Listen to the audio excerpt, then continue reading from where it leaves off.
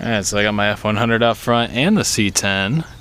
So I got a spider web back here, something going on. Like, I think I have a spider living in here. I can't be the only one that has this issue. I mean, the truck's been sitting for 2 days and it's already covered in spider webs. But I do have the C10 out front anyways, and we got a couple things I wanted to take care of. So as you can probably tell, there aren't any light pods on the front end of it anymore. I did have a set of light pods on it, but we decided to change them up to a different style. So what I have going on here is a bicolor light from Auxbeam. This is a 3-inch pod, and you can actually switch between amber and white. That's the thing I really like. So if you guys previously noticed, I had an all amber floodlight and it seemed to work really well. I could use it on the street. It was very casual and it served the purpose off-road, but I wanted something that kind of bit a little bit further, and I also wanted the amber as well. So what we got going on here is Auxbeam's 16-watt bicolor 3-inch pod, and the cool thing is you can see the amber and the white LEDs inside of there. So these are a bicolor light. You have 2 positive leads and a ground, and so we're gonna end up having to use a 3-toggle switch so we can go from one color to the other color to off.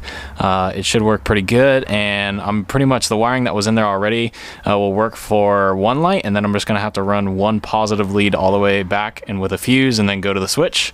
So it should be pretty simple to put these things in, but I did want to just have some sort of white bright LED for off-road use, because I have got a couple comments saying that it's a little bit hard to see on camera.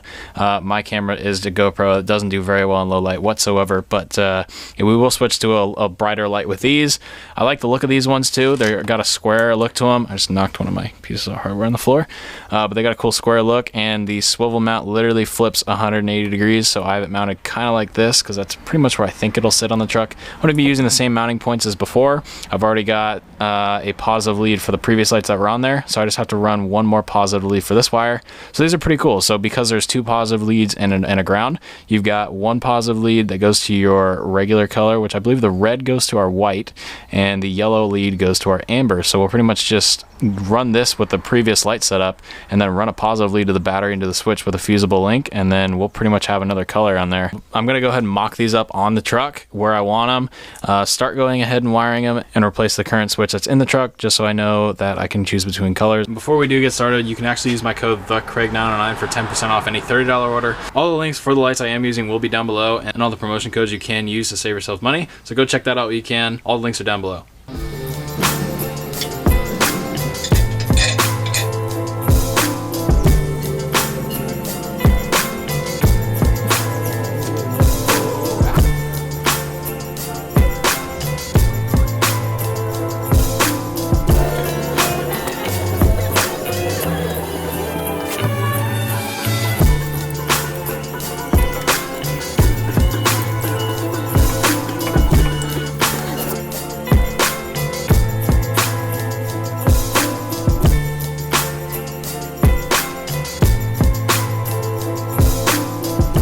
Alright, so we've got everything pretty much wired up in terms of just the white lights, not the ambers. Yeah, I'm doing the ambers right now, but you can see what I used was some of this stuff. I don't know the actual name of the flame retardant wire conduit or whatever. So I took that and wrapped everything, as you can see, zip tied it, made it look pretty decent, and I made just the white ones work because those were wired previously.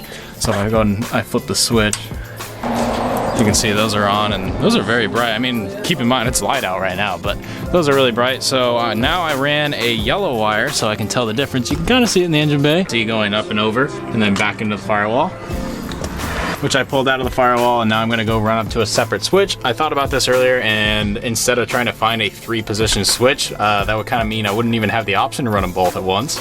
But instead I'm gonna go ahead and take that junk dummy switch out and put a new switch in, wire it to the same power wire, and then I can go ahead and just choose which one I want on, or I can use both of them on at the same time. So I'm gonna go ahead and make this simple and just put the switch in, and it'll match the other one. It'll look a little bit better, and I'll have a use for that second switch. So I'll go ahead and wire this thing up, and everything should work.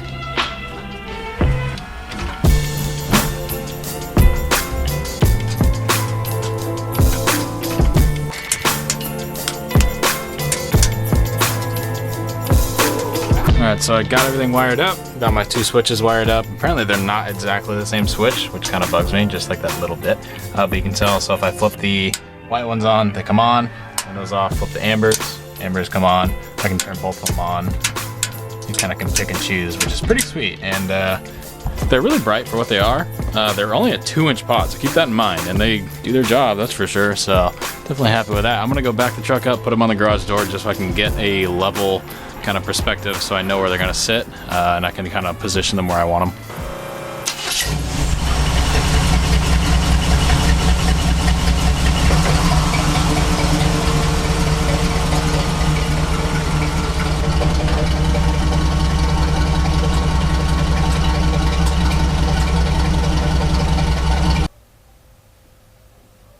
So that's with both of them on and no headlights, as you can tell.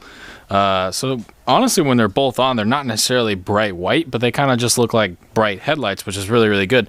But in the sense that they're brighter than regular headlights, they're just the color of regular headlights, which is really cool. I do like how I can literally just flick one off and I can totally change the colors. I mean, here, I'll turn the headlights on that don't really do anything. And you can totally see the difference. I mean, the headlights aren't doing much for you, but the bars themselves are, so pretty happy with that. Those look really cool, and everything on just, I think, works together pretty well. These ones seem to fit better on the truck, I think, and they just all around look really good. So I'm pretty stoked about that. So the only thing left to do now, I guess, is go rip the truck around a little bit. I've got pretty much every single kink worked out with this truck, so I'm super stoked. It's a solid truck now. I have no issues with it. Alright, so we're about to go rip it just for a little bit, just kind of go on the street and just see how these things work. So literally you can probably see, because GoPros don't do too well in low light, you can see there's literally nothing. Headlights, ambers, and then all bright, and it just lights everything up. And I can literally turn the headlights off and like nothing changes. So these things are pretty sweet. So I'm just kind of on a main road that doesn't have any lights. So this is just my regulars, those are my brights. They really suck, but not terrible, I guess. So but if I flip them on, everything kind of opens up. You can see the trees really clearly, and everything's nice and simple to see. I turn it back off, they go away. It's pretty much, you can see, the main difference is you can see outwards and at the trees, which is what you need, honestly, if you're in the desert. You can see literally everything in front of you, which is really, really nice. So I'm just kind of, so I'll go ahead and I'll park right here just so you guys can see outside.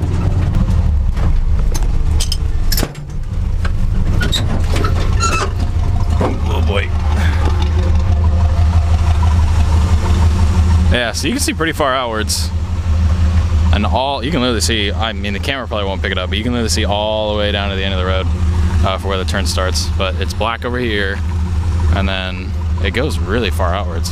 So that's just what this truck needed. The floodlight works really, really well for the street, but I needed something for off-road, so this is a perfect fit. And they're nice and small. They're only 2 inches by 2 inches. I think by 2 inches, actually. I think they're literally a cube.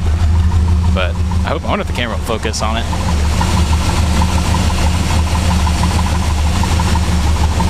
Probably didn't focus at all, but looks pretty good.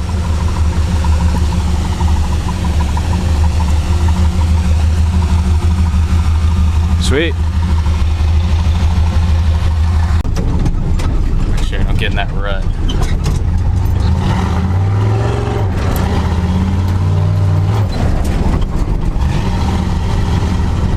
Man, these tires, once they hit asphalt, they grip right away.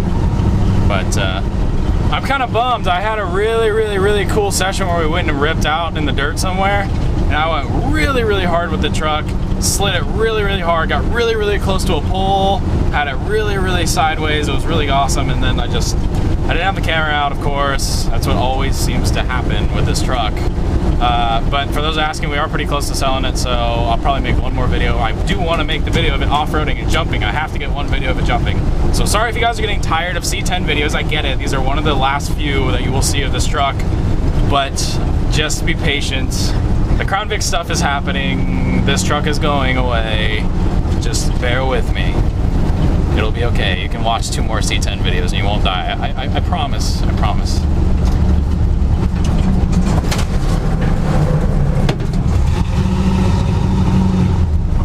So I'm sorry for all those guys who are sick of seeing the C10 and just want the C10 gone.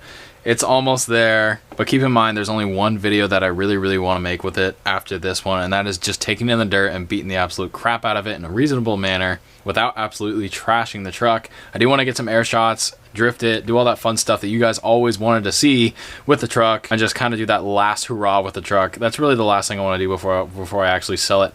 But regardless, tomorrow we actually are heading out to work on my chassis, the Crown Vic chassis that's been put in the shop. We're actually going to start cutting the cross member out, starting to set shop up, I guess, kind of just that icebreaker, and start working on it.